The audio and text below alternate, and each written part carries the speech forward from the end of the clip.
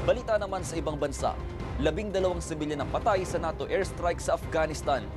Target daw ng pag-atake ang mga lider ng grupong Taliban, pero 11 sa mga nasawi ay mga bata. Ito na raw ang ikalimang beses na nadamay ang mga inosente sa isang airstrike. Paliwanag ng NATO, iniimbestigahan na raw nila ngayon ang insidente. Isang bulag na lola naman sa Utah ang kayang mag-ski. 10 taon na raw ang nakaraan ng mabulagang 80 taong gulang na si Jillian Linden. Hindi niya inakala na makakapag-ski pa siya ulit. Pero sa tulong ng isang volunteer na gumagabay sa kanya, muling nakapag-ski si Linden. Narito naman ang headlines ngayong umaga. Matapos ang halos 10 oras, sunog sa Balagtas Public Market sa Bulacan, tuluyan ng napula kagabi. Halaga ng mga naabong ari-arian, tinatayang aabot ng 10 milyong piso.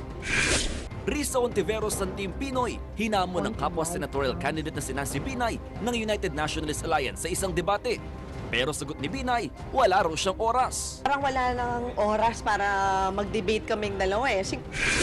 Bayad sa naging pinsala sa pagsadsad ng barko ng Amerika sa Tubataha Reef, umabot sa halos 60 milyong piso. Pero sigaw na ilang militante, bariya lang daw kabuang danyos kumpara sa tinamong sira ng Tubataha. Isang bahay sa Bukawi, Bulacan, nasunog. 5 magkakapamilya, patay. At matapos matalo via split decision sa Meksikanong si Juan Francisco, Brian Viloria naghahamon na ng rematch. Para sa ibang balita, makinig lang po sa Radyo 5 92.3 News FM at ilike ang interaction page sa Facebook. Magbabalik ang action breaking makalipas lamang 1 oras. Ako po si Mon Gualvez. Magandang umaga. Higit sa balita, aksyon!